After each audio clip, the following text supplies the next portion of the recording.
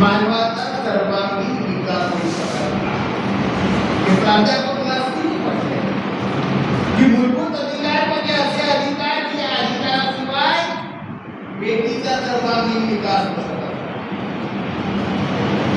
म्हणून 26 जानेवारी 1950 रोजी भारतीय राज्यघटनेत भारतीय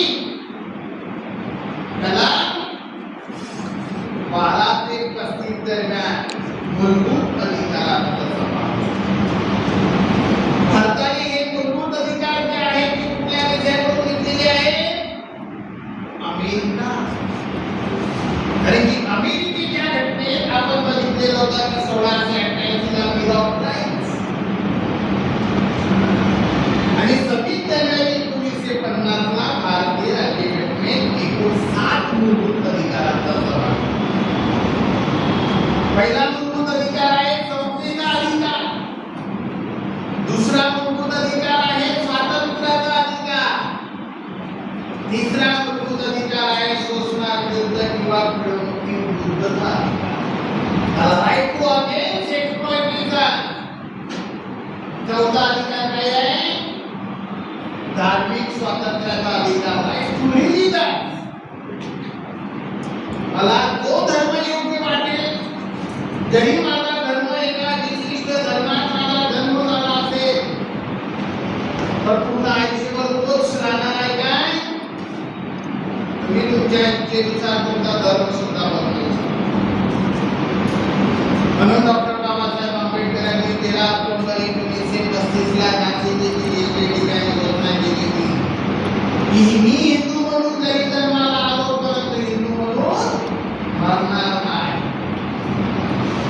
कारण की त्या धर्मामध्ये जर एवढी विषमता असेल, एवढी सामाजिक विषमता असेल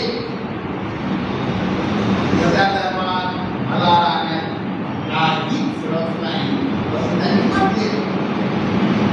आणि मग तुम्हाला माहिती असेल 14 ऑक्टोबर 1956 ला काय केलं?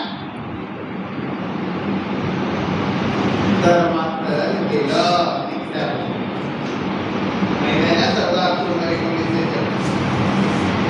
म्हणून प्रत्येक नागरिकाला जरी तो त्या धर्माचा असेल, तुम्ही तुमच्या इच्छेनुसार कुठलाही धर्म स्वीकारू शकता।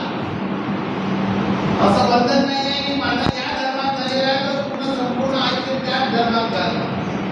म्हणून आपल्याला कलम 25 ते 28 या दरम्यान काही दिलेलं आहे धार्मिक स्वातंत्र्याचा। नेक्स्ट फिफ्थ फंडामेंटल राइट है आपका right to education and culture. तुम्हाला शिक्षण घेण्याचा आणि तुमच्या ज्या काही कल्चरल असतील त्या संबंधीचा अधिकार। आर्टिकल